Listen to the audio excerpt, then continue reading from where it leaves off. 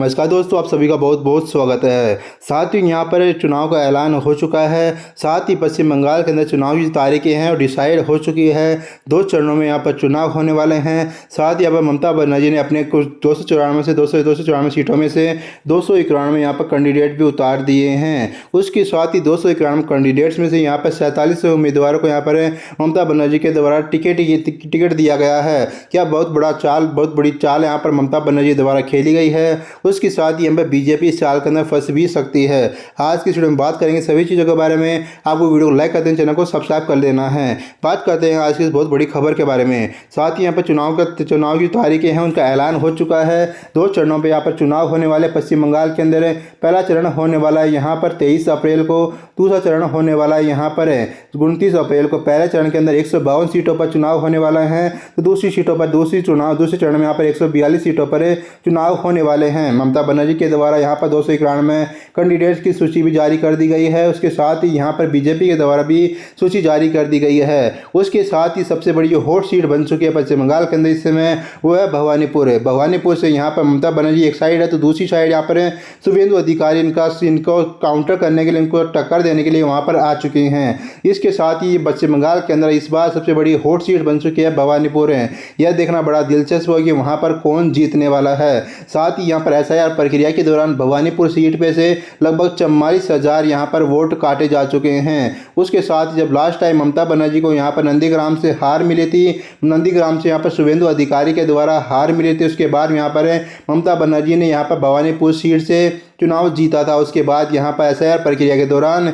44,000 यहाँ पर vote cut चुके हैं। उसके साथ ही ममता बनर्जी ने यहाँ पर लगभग 58,000 वोटों से जीत दर्ज की थी लास्ट टाइम। उसके साथ यह खबर चलाई जा रही है कि आने वाले समय में अगर ममता बनर्जी को टक्कर देने वाला तो वो शुभेंदु अधिकारी है। शुभेंदु अधिकारी यहाँ पर नंदीग्राम सीट से और साथ ही भवानीपुर सीट से भी चुनाव लड़ रहे हैं। उसके साथ ही सभी चीज़ों के बारे में यहाँ पर बातचीत करते हैं। ममता बनर्जी ने यहाँ पर 47 मुस्लिम उम्मीदवारों को यहाँ पर टिकट दिया है। साथ ही जो हुमायूं कबीर वाली सीट पर यहाँ पर मुस्तफिजुर को टिकट दिया गया है। मुस्तफिजुर वाली जो सीट है, यानी कि हुमायूं वाली जो सीट है, बहुत हॉट सीट है, क्योंकि हुमायूं कबीर है, क्योंकि TMC पार्टी के पहले विधायक थे, उनको यहाँ से TMC पार्टी से निकाल दिया गया था। उसके बाद वो अलग हो गए थे। उसके बाद उन्होंने अपने अलग से पार्टी बना ली थी। साथ ही बात करें खबर के बारे में, तो आप यहाँ पर देख सकते हो कि तृणमूल कांग्रेस ने बंगाल विधानसभा चुनाव के लिए अपने सभी उम्मीदवारों के नामों का ऐलान कर दिया है।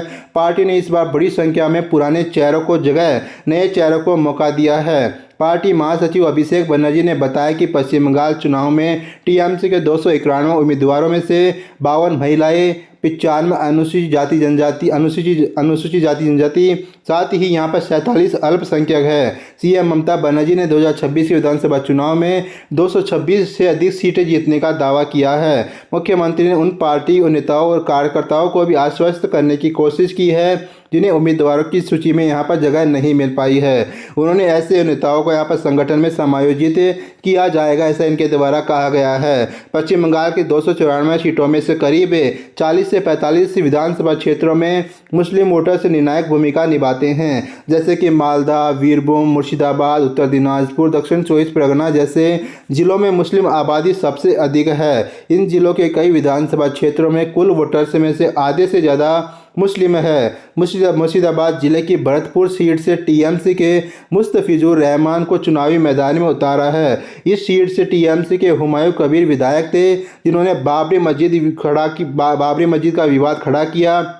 मुर्शिदाबाद जिले के बेलडांगा में बाबरी मस्जिद बनाने का ऐलान के बाद में TMC ने हुमायूं कबीर को पार्टी से निकाल दिया। TMC से निकाले जाने के बाद उन्होंने अपनी नई पार्टी बनाने का ऐलान भी किया था। साथ ही तृणमूल कांग्रेस की ओर से जारी लिस्ट के अनुसार शुजापुर सीट से सबीना यास्मीन, जंगीपुर सीट से जाकिर हुसैन, सागर दिघी सीट से बायरन विश्वास, दिनहाटा सीट से उदयन गुहा चुनाव लड़ेंगे। बेलगाटा सीट से कुणाल घोष, आबरा सीट से ज्योति प्रिय मलिक को मैदान में उतारा है। उसके साथ ही TMC में शामिल हुए पवित्र कर को नंदीग्राम से टिकट दिया गया है, जहां उनका भी मुकाबला शुभेंदु अधिकारी से होगा। बीजेपी ने शुभेंदु अधिकारी को नंदीग्राम और भवानीपुर दोनों विधानसभा सीटों से यहां पर टिकट भी दिया है। उसके साथ ही सिलीगुड़ी सीट से गौतम खगराम से आशीष मार्जित, करीमपुर सीट से सोहम चक्रवर्ती, कंडी सीट से अपूर्व सरकार, सिताई सीट से संगीता रॉय बसुनिया, कृष्णनगर सीट से यहाँ पर अभिनव भट्टाचार्य, नवदीप से पुंडरीकाक्ष शाह, अरिनगाटा सीट से राजीव विश्वास,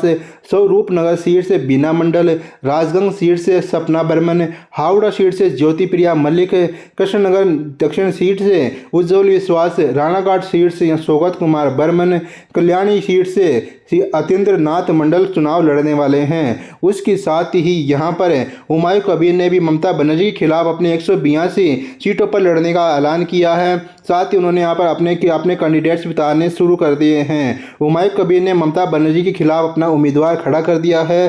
साथ ही यहाँ पर जनता यूनियन पार्टी भी चुनाव लड़ने वाली है। साथ ही तृणमूल कांग्रेस से निष्कासित विधायक हुमायूं कबीर ने अपनी नवगठित आम जनता यूनियन पार्टी के 15 उम्मीदवारों की पहली सूची की घोषणा की है। उन्होंने कहा कि पार्टी बंगाल विधानसभा चुनाव में 182 सीटों पर चुनाव लड़ेगी।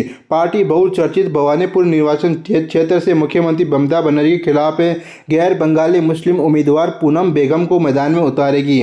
वैसे इसकी आधिकारिक घोषणा 22 मार्च को होगी। मुर्शिदाबाद जिले में बाबरी मस्जिद के निर्माण की अपनी योजना को लेकर कबीर हाल के महीनों से सुर्खियों में रहते हुए दिखाई दिए हैं। उसके साथ ही यहाँ पर आने वाले रविवार को यहाँ पर पार्टी के द्वारा जितने भी कैंडिडेट्स बचे हैं उनके यहाँ पर यानी कि नाम है जो सामने विधायक है या फिर जो भी नाम है वो कैंडिडेट्स हैं उनके नाम की लिस्ट निकाली जाएगी। साथ ही आने वाले समय में देखना बड़ा दिलचस्प है किस तरह से यहाँ पर रिजल्ट निकल पाता है। क्या मुस्लिम वोट यहाँ पर बटेंगे फिर नहीं बटेंगे वो तो आने वाले समय में पता चलेगा।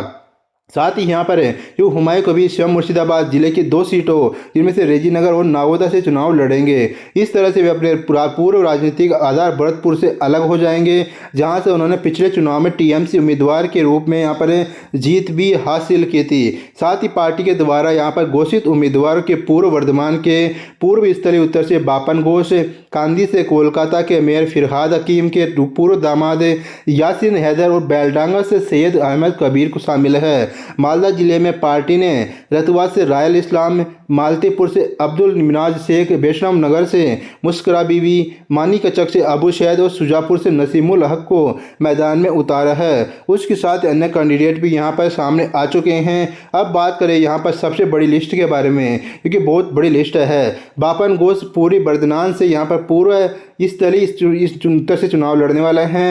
हुमायूं कबीर खुद रेजीनगर नवादा सीट से चुनाव लड़ेंगे। साथ ही यहाँ पर यासिर हैदर मुर्शिदाबाद की कंडी से चुनाव लड़ेंगे। सैयद अहमद कबीर बेलडांगा से चुनाव लड़ेंगे।